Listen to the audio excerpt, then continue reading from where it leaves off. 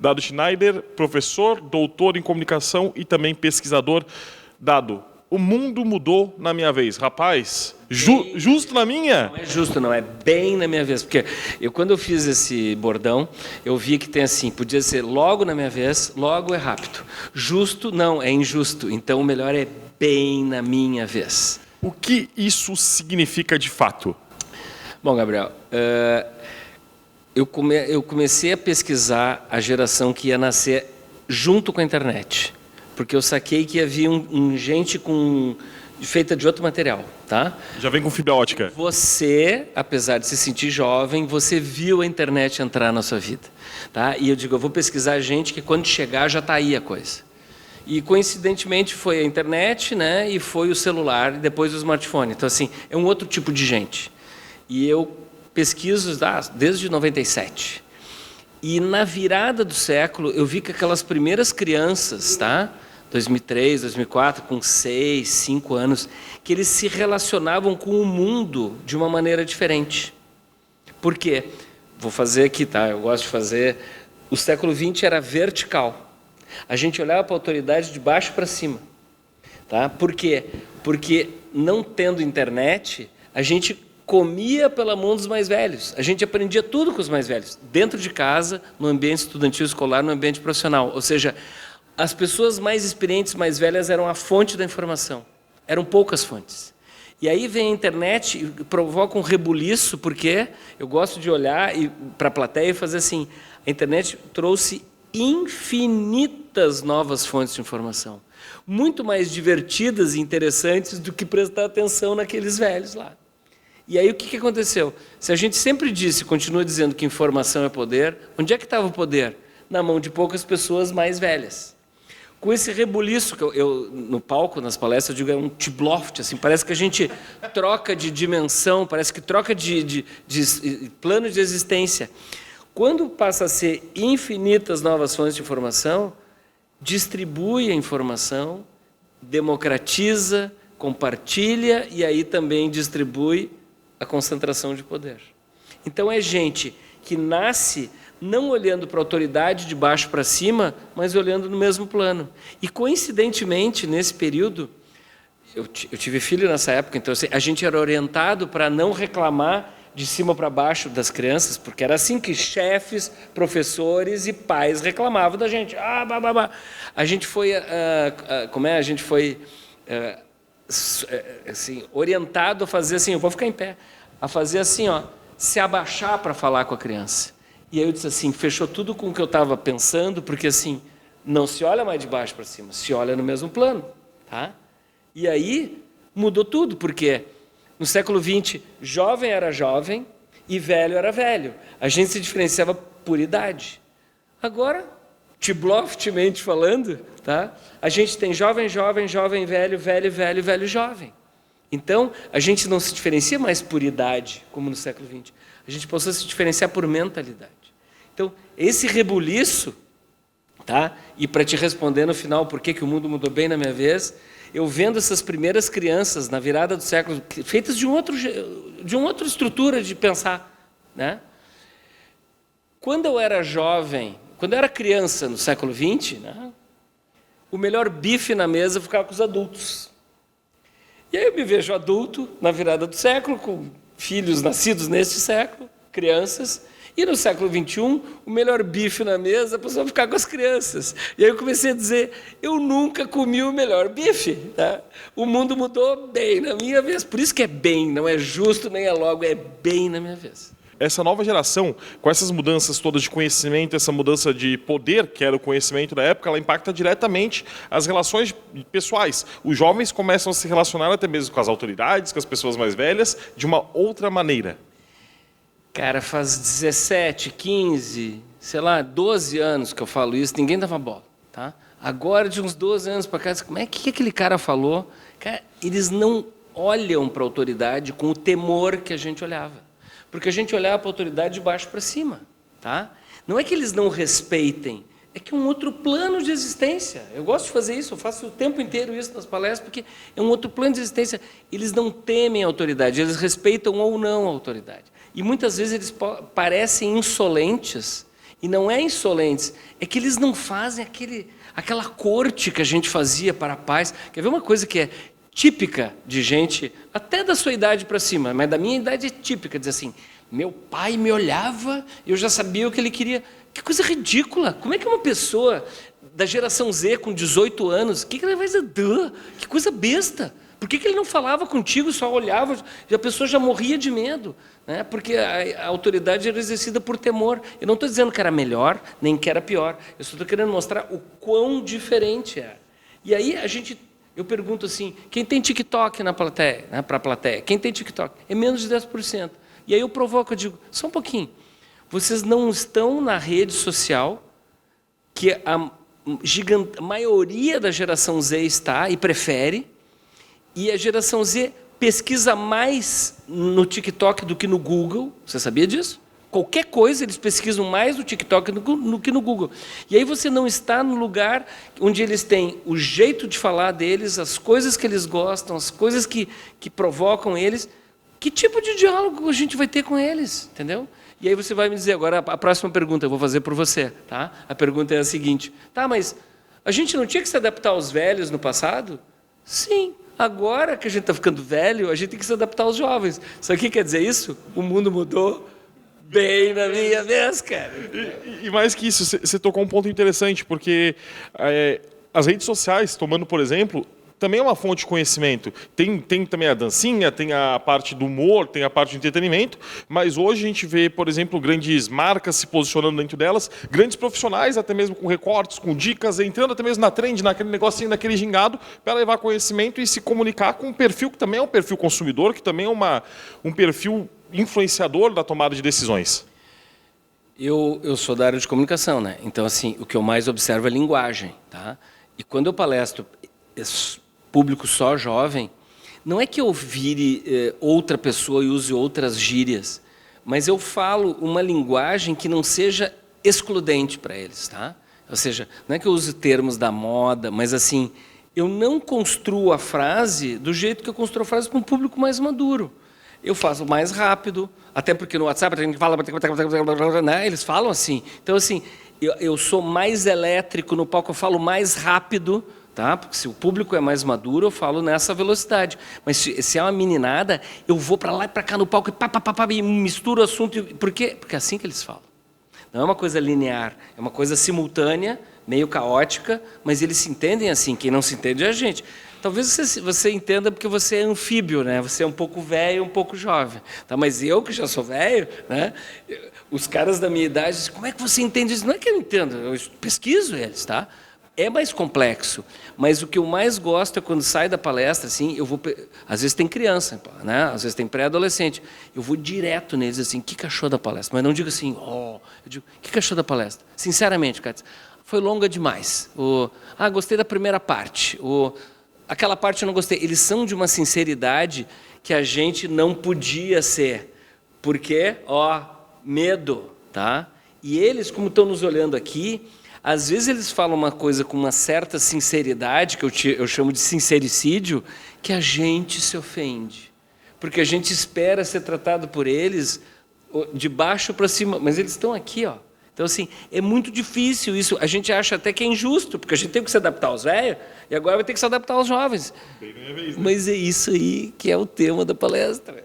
E, cara, trazendo isso agora até para o mercado de trabalho, para o cotidiano, diretamente até mesmo para a linha do rádio, onde a gente traz, e o rádio foi um veículo que precisou se renovar, precisou deixar de estar dentro do radinho e passou a estar na comunicação digital.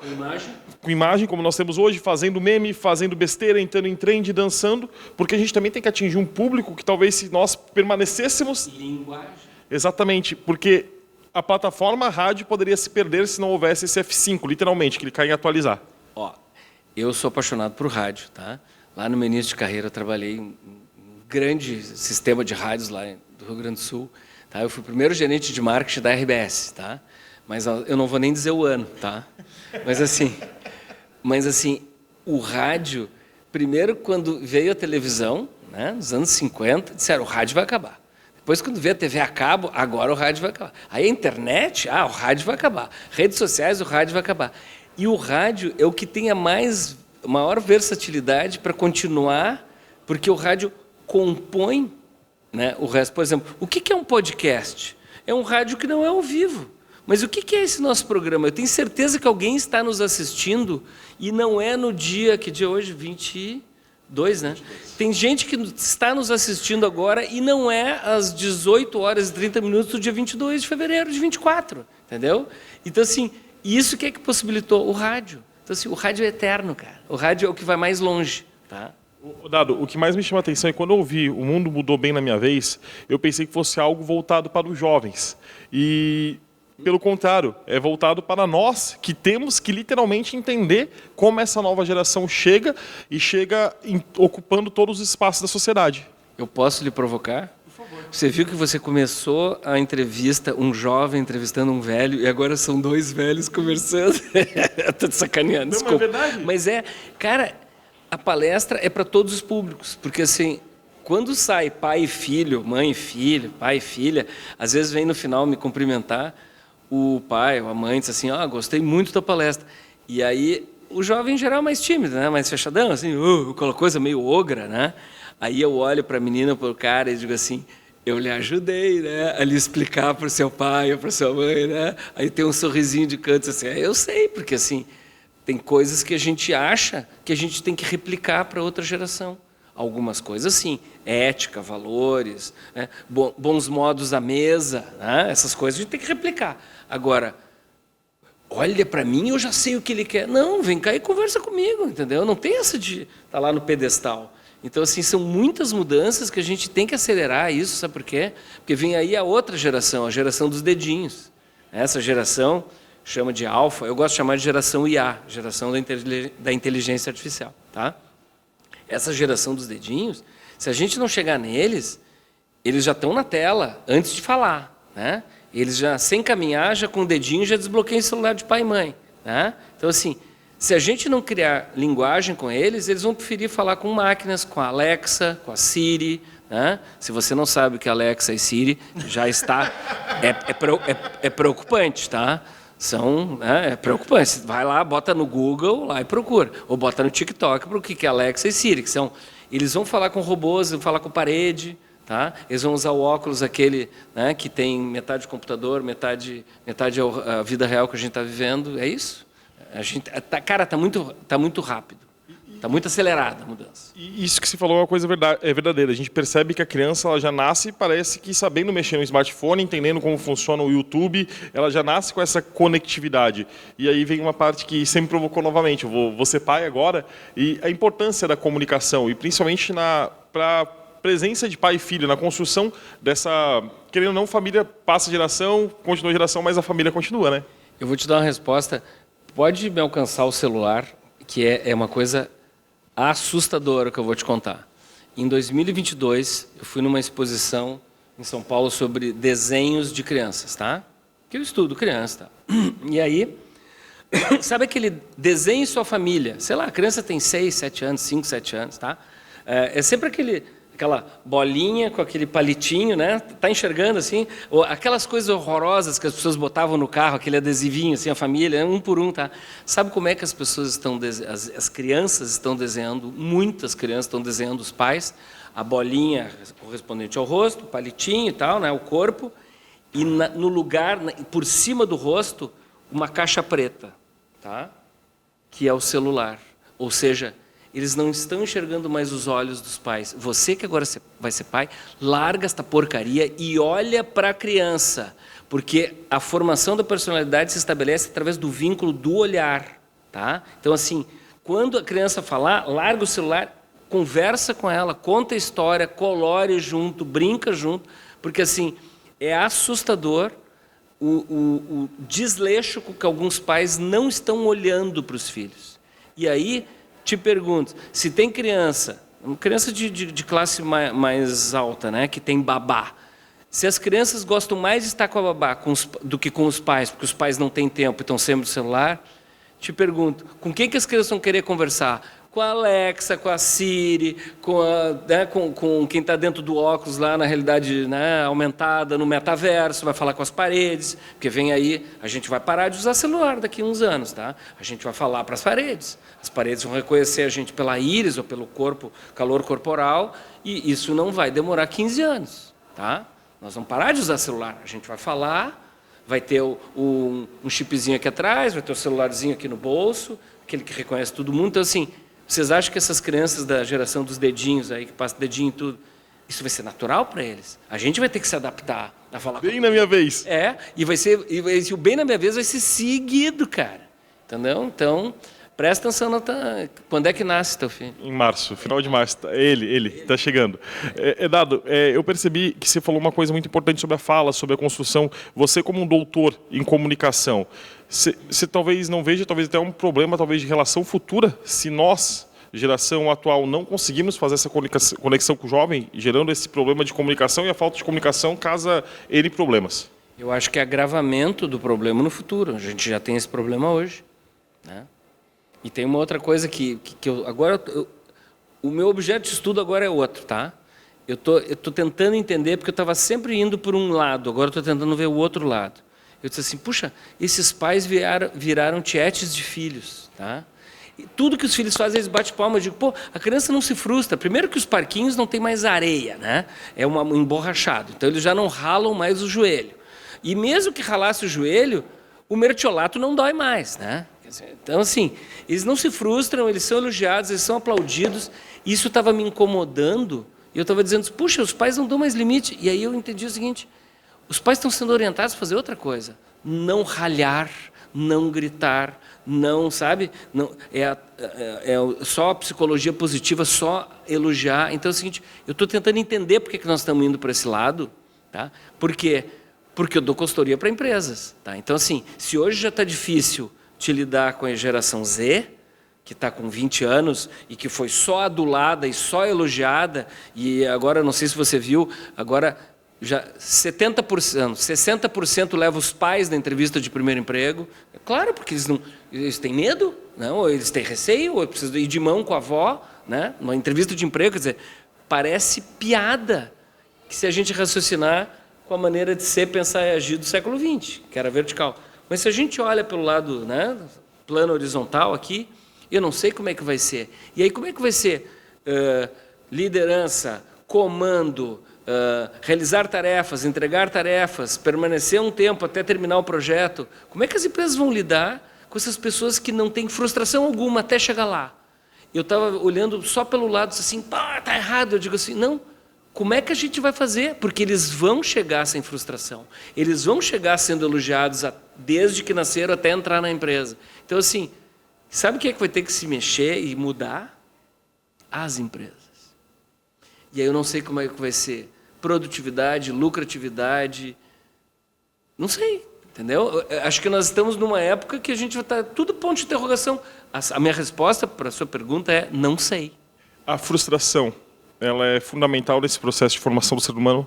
Cara, até aqui, tudo que se estudou em psicologia, tudo que se estudou até aqui, para a formação de um ser humano adulto, equilibrado, blá, blá, blá, blá, blá, esse é todo o estudo que a gente tem do século XX. A pessoa tinha que ter frustrações para ser um adulto completo. Só que agora é o seguinte, nós já estamos com pessoas que chegam à fase adulta sem ter tido nenhuma frustração.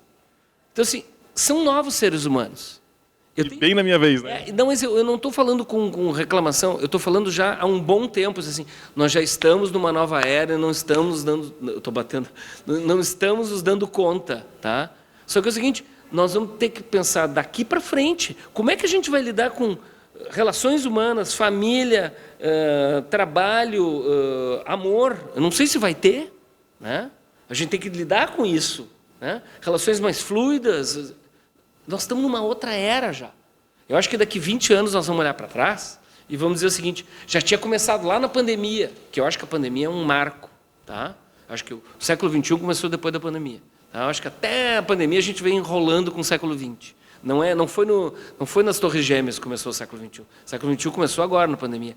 Porque a aceleração da inteligência artificial, por exemplo. A gente não falava em inteligência artificial há 1 ano e meio. Agora a gente não para de falar em inteligência artificial. Olha a velocidade que está acontecendo isso. Então, assim, nós estamos vivendo uma nova era e ainda com as regras, a mentalidade, o jeito de ser, pensar e agir desta era vertical do século XX. Então, assim, está tudo em aberto. Eu estou aberto, entendeu? Eu não estou dizendo nada assim categórico, porque não dá para ser categórico numa nova era, é uma outra era, cara. Dado. Eu tenho que te liberar, o papo está muito bom, a gente não vê nem o correr da hora. A minha última pergunta é, adaptação, talvez seja essa a grande chave, já que o mundo mudou bem na minha vez? Sim, e não é assim, esperar daqui 6 meses eu vou estudar inteligência artificial. Não, lê um artigo hoje, vê um videozinho agora, começa a discutir com alguém que sabe mais que você, pelo seguinte, tem muita gente que esperou 10, 15 anos para entrar na internet.